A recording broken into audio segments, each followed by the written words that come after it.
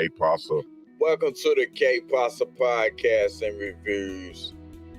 I'm your host, the ringleader Kate, and I got a new special guest with me today, my man E. Yes, sir. Yes, sir. What up, bro? What up? We're going to be turning it up this week, and what we want to talk about is something very important that's going on right now in the state of Ohio, in Cleveland, Yes, sir. Ohio, to be more specific, right? Yes, sir. That's So right. we're gonna talk about missing children, missing people in general. Over 1,000 people have been reported this year alone in Cleveland, Ohio. And y'all check out this video, and right after that, we're gonna get right into it. Startling story out of the Cleveland area. Almost 30 children were reported missing over a 2-week span at the start of May. And for more on what's happening there in Northeast Ohio with this story, we're going to be joined right now by Newburgh, Ohio Police Chief and President of the nonprofit called Cleveland Missing, and that's John Majoy, and he joins us now. Chief Majoy, thanks for being with us here to discuss this story. We came across it today. We wanted to bring you on. I think a lot of viewers want to know essentially what is happening. How many children have been reported missing in just the first few weeks of May there in the Cleveland area? So we had a total of 27 reported in 2 weeks, and so, which is an unusually high number. But I think one of the key things is that we don't want to raise public alarm that the kids are being randomly abducted off of the streets or something like that.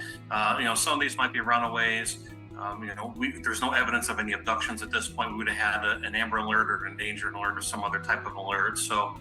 But rather, they're just simply reported missing juveniles between the ages of 12 and 17. And it's an unusually high number for a 2-week period early in May. Again, we would just want to get the word out there to the public because we want the public to be able to help us out and bring these kids home safe. Chief Majoy, you've been in this business for over 3 decades.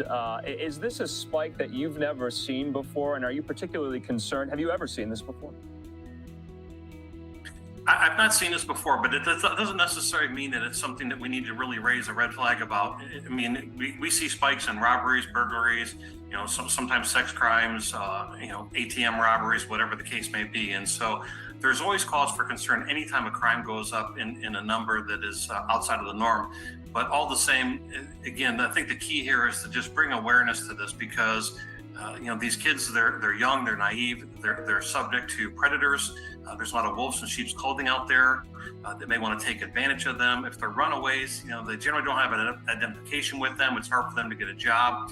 They're going to have to resort to other means to feed themselves or put a roof over their head. And so people would like to take advantage of that. And next thing you know, they don't even realize that they're becoming victims of crime themselves. Yeah, and then to your point, you're alluding to the fact that this is not part of a very well-coordinated criminal enterprise that kind of swept up all of these juveniles here. But do you have any leads? Do you have any evidence to put forth there that these missing children could be swept up into, like you said, some other criminal enterprises? Or do you have any tips that they might be found soon? Have you been in touch with some of their family members? What's going on here? So we have gotten calls from some family members at Cleveland Missing, and not an unusually higher number than what we normally get, maybe just a few here and there. But there's no real tips that are coming in that indicate that there's some sort of criminal enterprise or something else out there. It's really hard to say what exactly is causing this uptick in this. I also wanted to ask as well, since this initial report was put out, have any of them been found since? There are several that have been found, which is a good thing. But of course, when there's also a couple that have been reported missing since the original report came out. And so as you see on your screen there's one of the things that should be brought to the public's attention, and that is where you see photo not available. Unfortunately, we see this all too often. And, we need to make sure the parents have current photos of their children. And if you never need them, that's fine. But it's really hard to chase down somebody's name when you're looking at just the name, rather than if you can put a face with a name or something like that. And another key here that we want to bring out is that the public is our biggest asset. And so we really need people to, if they see something, to say something. If something doesn't look right, then they should say something. If they see a young child that just doesn't seem like they fit in as to where they're at the moment, or they're being pushed away, or they look like they're under the influence of narcotics or alcohol or something like that, they really need to call law enforcement, have law enforcement check it out, because all it takes is that one tip to bring a kid home safe. Yeah, to your point, there's a lot the community can do. Can you talk about your organization and the outreach that you do? You go out into the Cleveland area and the community, and you ask people for help, not only in trying to find some of these juveniles who've been reported missing, but just to help with the organization itself. What more can they do?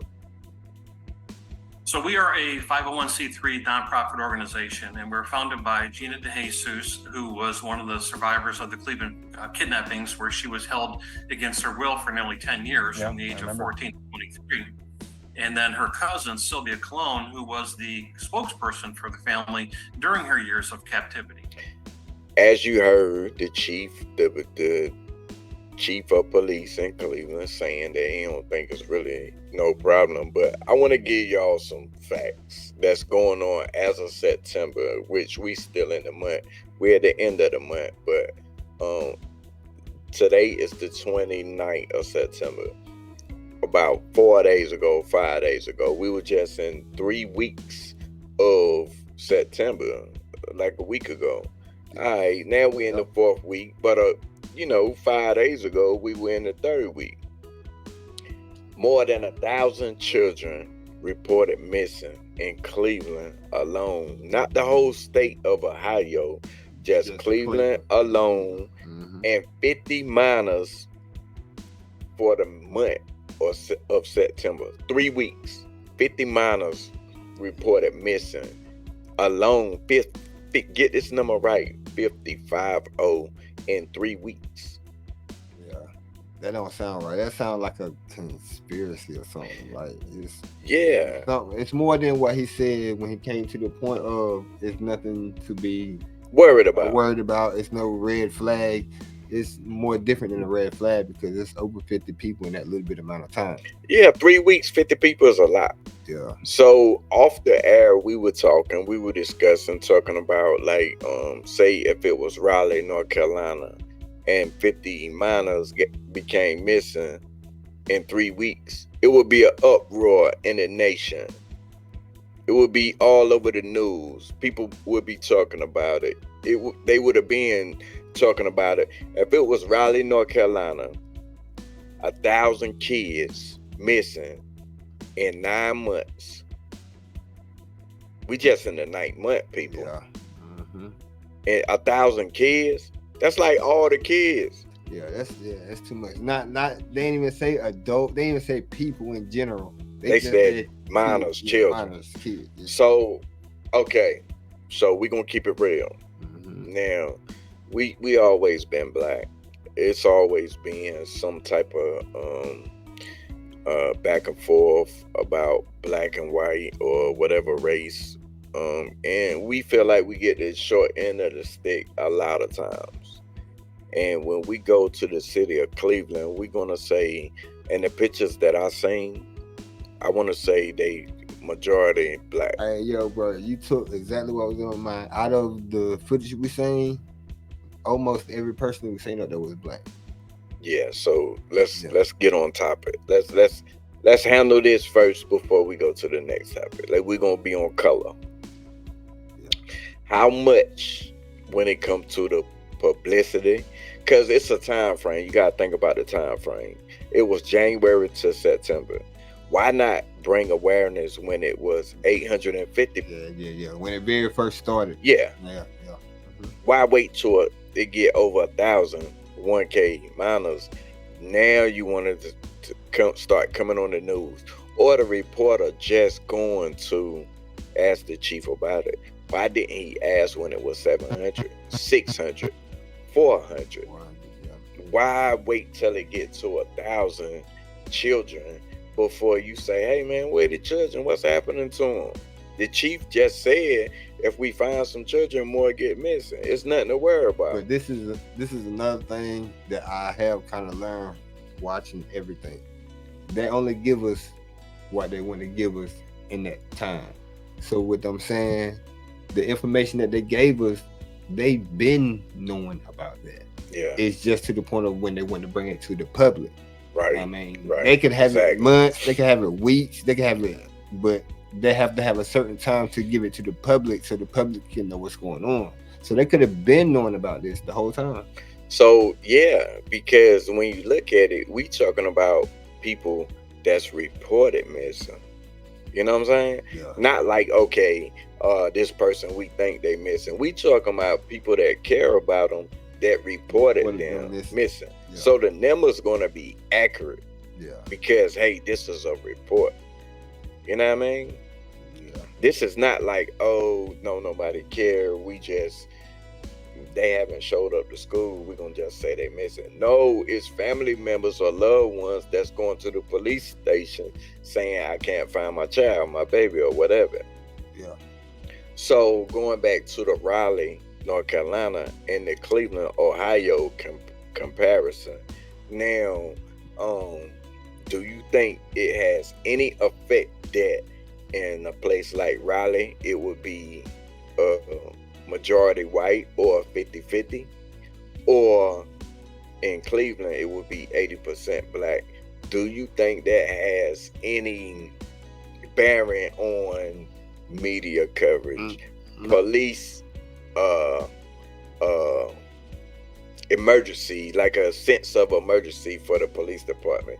Do you think in Raleigh they would be searching for these children? Why nobody? No, I don't think that. You think it would just be, how you feel about it? It'd be the same way of what's going on in Cleveland as far as in Raleigh, because at the end of the day, we don't know what's going on. They don't know what's going on. So they don't have a reason to say what's going on. So that means it could be anywhere in the world. They could have put it anywhere in the world. You still don't have a reason to what happened. So it don't matter if it's Raleigh or where. You don't got no reason. So you could put that situation anywhere in the world. You don't got no reason for it. So let me ask you this question then. All right.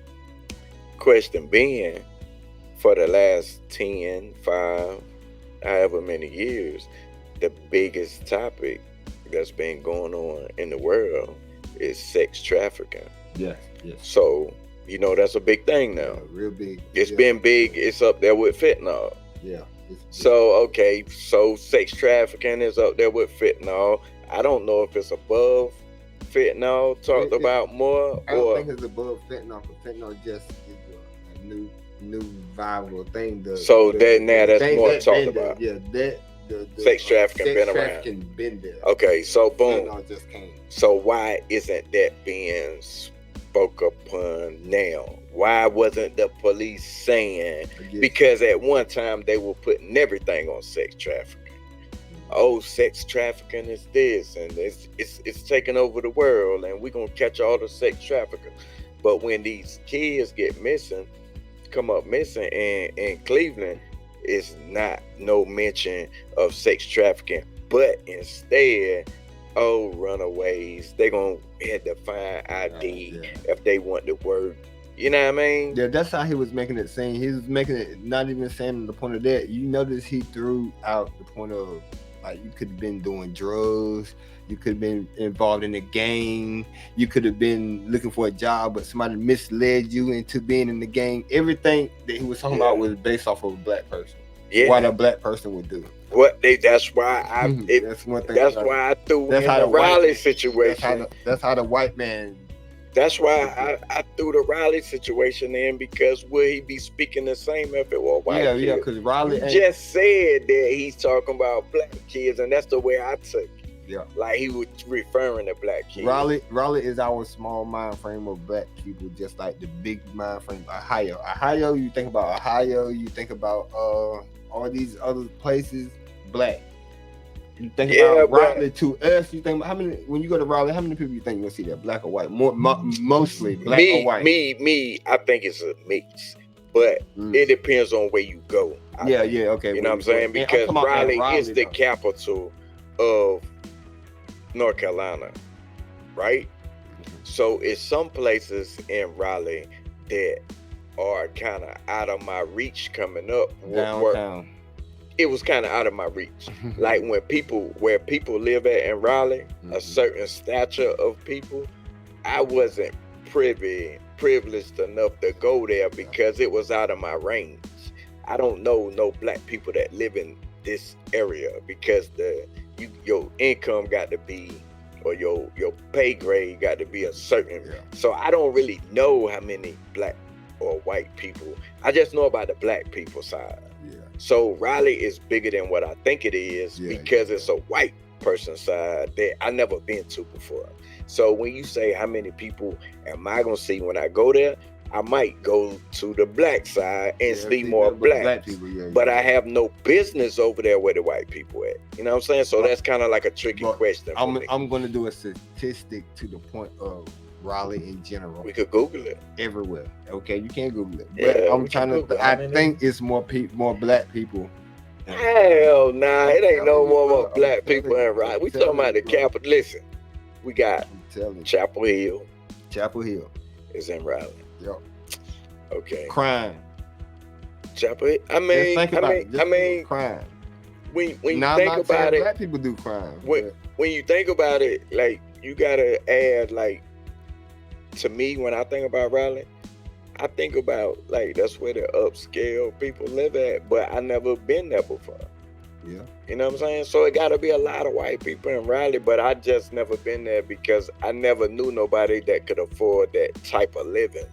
I'm gonna give you an example. Or school zone. I'm gonna give you an example. Not meant to cut you off. This theory just popped in my mind. Give it to Greenville. Greenville is only, listen to me, Greenville is only a bigger Raleigh. And then, like, just saying for a people, smaller Raleigh. I meant Raleigh. Raleigh is a bigger Greenville. Raleigh is a bigger Greenville. Just to say, for examples, for like, you know, like we're from down the way, people that been down the way that don't really go to Greenville much. When they go to Greenville, they look at Greenville like the way we look at Raleigh. Quick question, not to cut you off, but question. All right, Greenville. All right. How many? What's the ratio? It's supposed to be mixed, like you're saying. Yeah, but when you go to a game, a football game, you see the truth. But you see mixed, you still see a lot of black people. Yeah, but what's the ratio? Games that they don't supposed to be there. I'm talking about the college game now. Yeah, college game. That's what I'm talking about. What you gonna see? Like, what's the mix? What's the percentage? Yeah, see, I can answer the that. The percentage got to be like 80, like ECU, like the ECU and stuff. See, no, I can't answer that because you got Asians, you got people from around the world only going to a school. Now you take the school out and just say Greenville in general, without going to school, people just trying to move to Greenville. That's the difference. The only reason you got mixed people, mixed genders and stuff like that is because of the school. So what you think the not to get off topic, what you think the ratio would be when it comes to more black people possibly being abducted in Cleveland versus Raleigh, a place like Raleigh?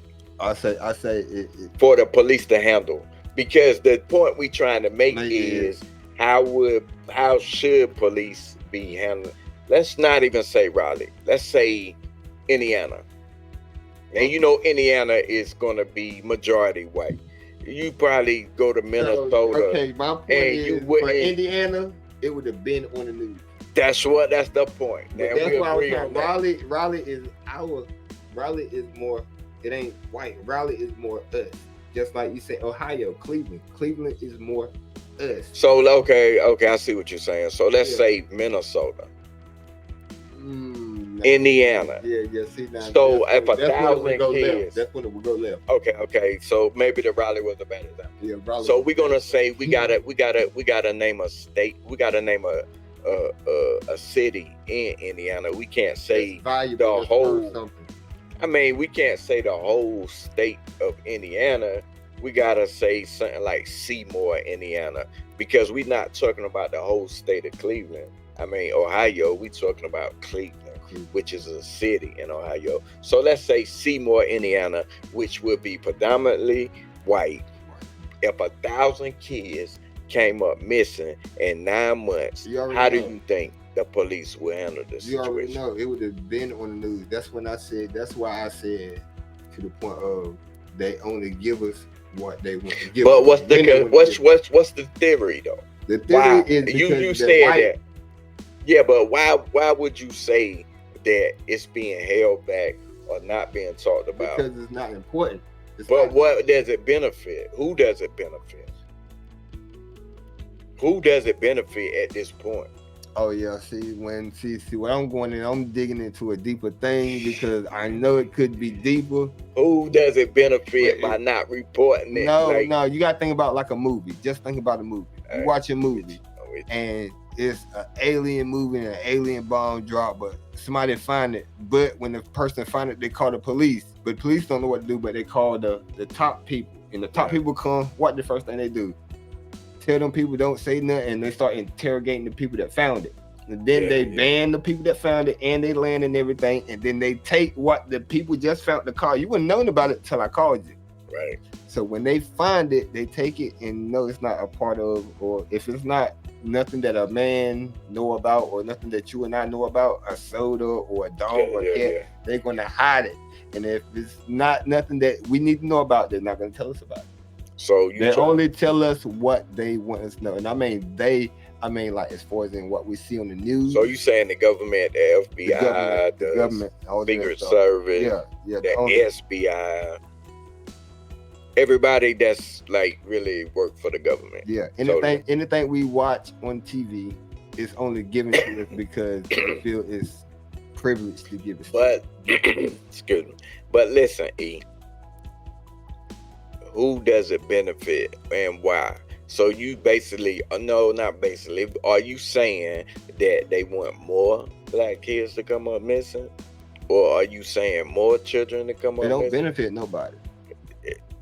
So it doesn't benefit the government to get rid of black people. No, I mean, that's to the point. Even if they get rid of us, they're not benefit. They just don't want us to do what? To overpopulate, to get to a place where we. It has to be a reason, and this is the kind of like this is the discussion.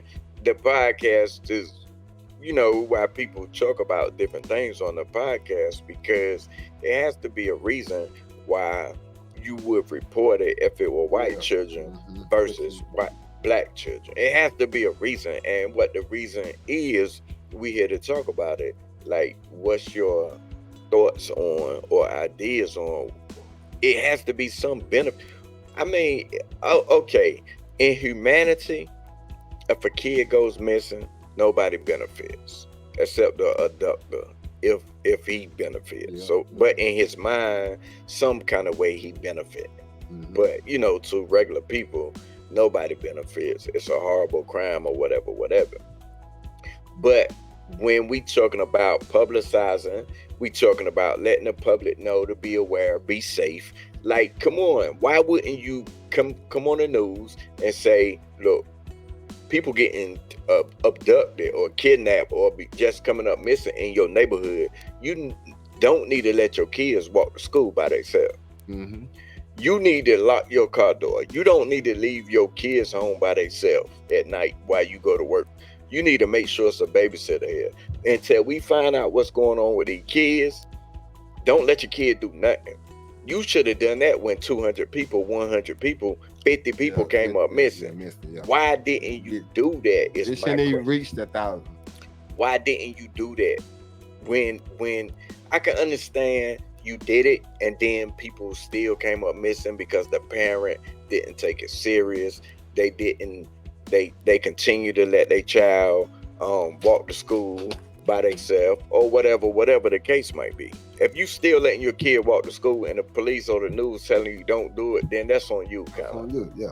Everybody got their own mind, no matter what's going on. Yeah, but if you bring it to the news and you talk about it over and over, and you seem like you care about the people in the neighborhood, and enforce, okay, until we find out what's happening to the kids, we're gonna make a curfew for kids. Yeah. Know what I'm saying? Yeah. If we catch you outside past 8 o'clock or whatever the time might be, or the curfew, we taking you home to your parents, or we taking you to the police station, and your parents gonna have to come get your son. I feel like a place like Indiana, some city in Minnesota where it's predominantly white, then that would have happened. It would have been some sort of curfew. It would have been just like a SWAT team for drug dealers, where we coming up with this special team of investigators to find out what's going on, what's happening with these children. But in this specific case in Cleveland, nobody did none of this. And in fact, the chief is saying it's just runaways, people running away, and they going to look for work. I mean, come on, what you do with that? When the person in charge, the police don't even want to go. Right. Police don't want to do beyond. They don't want to even think the worst. Yeah. That's what I got from the interview from the reporter and the policeman. Even with 1,000 children, you still think like, nah. It ain't serious. It's probably something. It's probably something the black people do. Yeah. It's a black thing. Yeah. They run away all the time. No, the fuck they don't. No, they don't. Especially when you got numerous. No. Because they would have been back by now. Yeah. They wouldn't still be missing. So that's what I'm saying. It seems like a cover up within itself, within the organization of the police department. But it is kind of hard to the point of like when you do say about the child abductions and the sex trafficking and all of that, is when you're trying to pinpoint what is the reason, that will give you the only reason to say anything, because you never know if it's just people, like it's a bad area where people abducting people or abducting kids. You never know what's really going on. But they could have gave a better answer. A way better answer. Way better answer than what they might be going to look for work, and sooner or later they're going to need ID. Yeah. And then they're going to pop up like that. That's the answer he gave. Yeah. The answer he gave is they probably going out looking for work, and sooner or later they'll pop up because they're going to need a license. Yeah. Or somebody might give them a job, but the person giving them a job, he do crime anyway, so they gonna want to do the crime because they want to get paid. Like, that don't make sense. Yeah, come on, man. So I don't really know what's going on in the city of Cleveland, but if you just thinking for yourself, your mind, if you have any thoughts of what you think is happening in Cleveland, what would they be? It's kind of hard. Why? Because I do think about, like you say, the abductions. It could be the abductions. It could be anything. But I'm going to also say it could be a plot, like for the black people, like plot just to take out black people in some sort of type of way, based off of some sort of type of theory. That ain't out of the window neither. Yeah, I want to hear about it. If it's your thoughts, like you saying. So basically, what you saying is, when you say that, you saying that came up by the government. Yeah, based off of the place. Or some form of based off of the place and based off of the pictures. Even if we could rewind these pictures back to show y'all the pictures, how many white people or even how many other people other than black did you see on that missing? So basically you saying it's like when they gave black people syphilis back in the days just to see what happened. Or COVID, all of that. Or to be throwing off subject, but all of that stuff. Oh, so basically you saying like when they built the projects. There you go. Mm-hmm. It's some sort of form of experiment. Yeah, because they already know how they think, that how we act. That's all you gotta do is put it together. That's why they came up with the slogan. Okay. In the bucket. I think I got what you're saying. So you saying that they chose Cleveland specifically for this experiment because they knew people would think like the chief saying that, oh, maybe they just went for work. And just a lot of people would go for that because it's Cleveland, and that's how they think of it. Just like Chirac. Like, if you would have put that in the same, they would have never, you wouldn't even seen this clip right here. With the clip with 1,000 kids, if it was Chirac, you wouldn't even seen this yet. They would have did it probably like next year or another month from now when 1,000 more died. You know what I'm saying? Because it's a black dwelling place. So basically it's all an experiment. Now other people getting wind of it, and that's the only reason why we hearing about it now, because other people bringing it up, not the city of Cleveland. Yeah. When it comes to the government or the policemen's, or you know what I'm saying, it's not they're bringing it. People gotta actually go to them and find them and ask them questions about it. Just like when all of these people missing, like they say, if don't nobody file no report, don't nobody know. But if 1,000 people file a report, they got to do the process. They got to process that. They got to do the 1,000 people that went in there, and that's a different. Now, even after processing, even if you don't do nothing, you got to still say something about the 1,000 people that came in there. What did you find anybody? What you do about it? Yeah. And you got to represent your city. So basically, what the chief said was, we found some people, but more people go missing. Yeah. So he didn't even say they found them. He said they pop up. He said at a amount of time, once we do find the old people, the new people, the old people get missing, or the new people, the old people get missing. Yeah. So basically, is that why he's saying he don't care? Did it sound like? Yeah. I mean, I get your point. That's why I had to stop myself and rephrase it, because he kind of, to me, made it sound like don't care, but not worried about it as much. Eventually, the people. But listen. I'm gonna ask you a question though. What could, even if you took that theory out of there, and I'm just trying to think instead of left, thinking right. Mm-hmm. What could they do? What could who do? Like the police. I think the police could have did what I said before. They could set a curfew for the kids. They could create little different side groups, like a SWAT team or children, like how they do drug task force. Mm-hmm. They could do kids, look like missing kids task force, or more surveillance, or looking on tapes. They could. I got you. Street cameras. They can be doing how they be doing the drug task force. Yeah, you investigate drug dealers. Why you can't investigate to see when this child was seen last? Or is it overwhelming because there's so many? I don't know.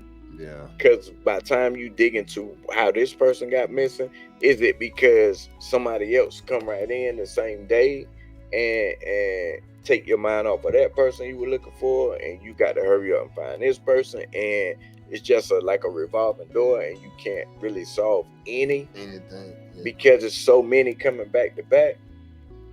Because I would like to think if one child came up missing, then it would be utmost urgency to find one child. Yeah. You know what I'm saying? Mm-hmm. It should never get to 50.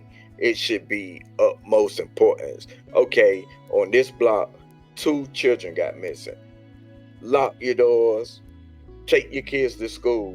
Make sure they walk in groups. Hold hands. It should be on the news until we find that these 2 children. We need to take precautions. You know what I'm saying? Come on. What are we doing here? What are we really doing? The man said that if let's just go with his theory. Some gonna come back, some not. Some gonna return, some not. You got 1,000 children, right? You got 1,000 children missing. Let's just say half come back. What about the other 500? What happened to them? That never come back. Yeah. 500 is a lot. But I'm gonna tell you, other than the number, the crazy thing is when you get more than 10 or 20 people in a situation, and the situation is unknown, that's crazy. Just imagine you got 1,000. Just you got 1,000 things that happen. You got something that happened to 1,000 people, but even out of them 1,000 people, you don't know what happened to them.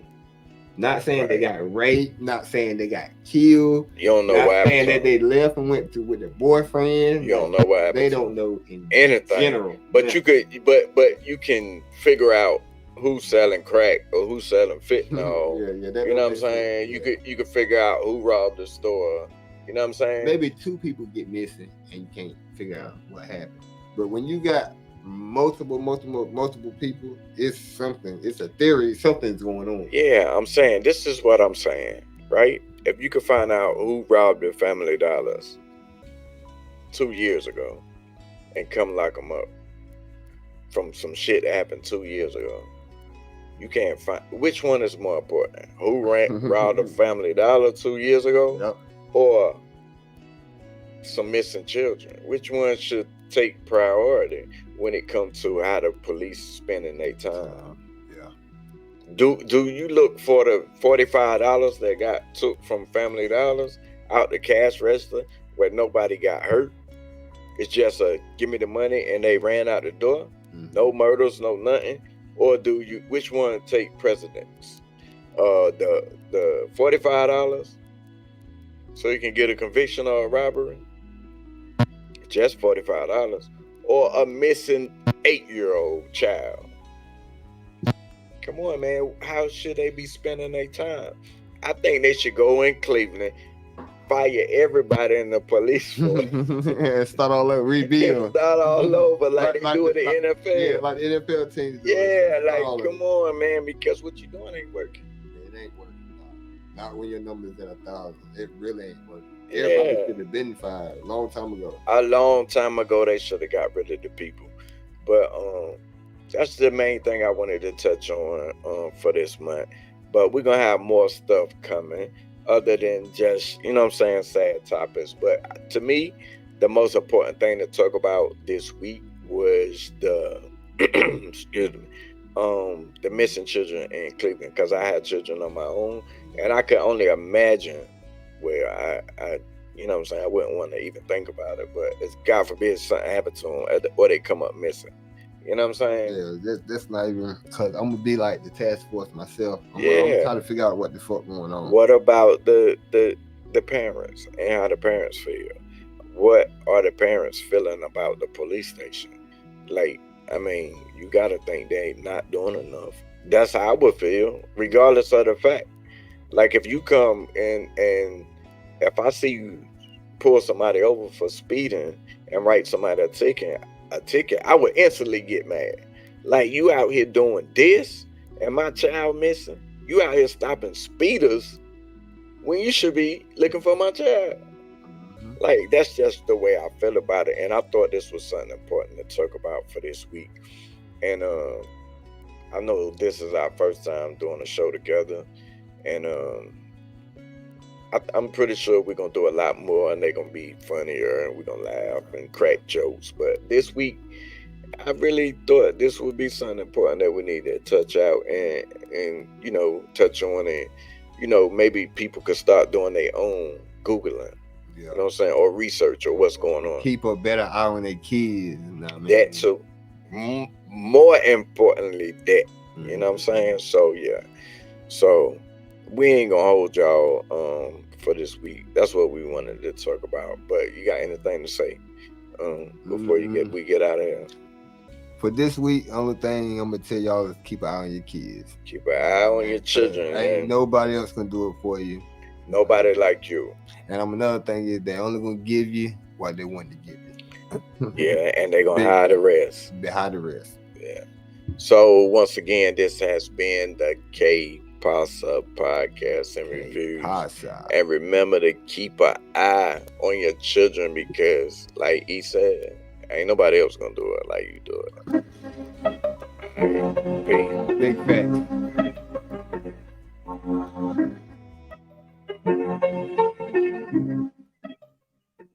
K Pasa.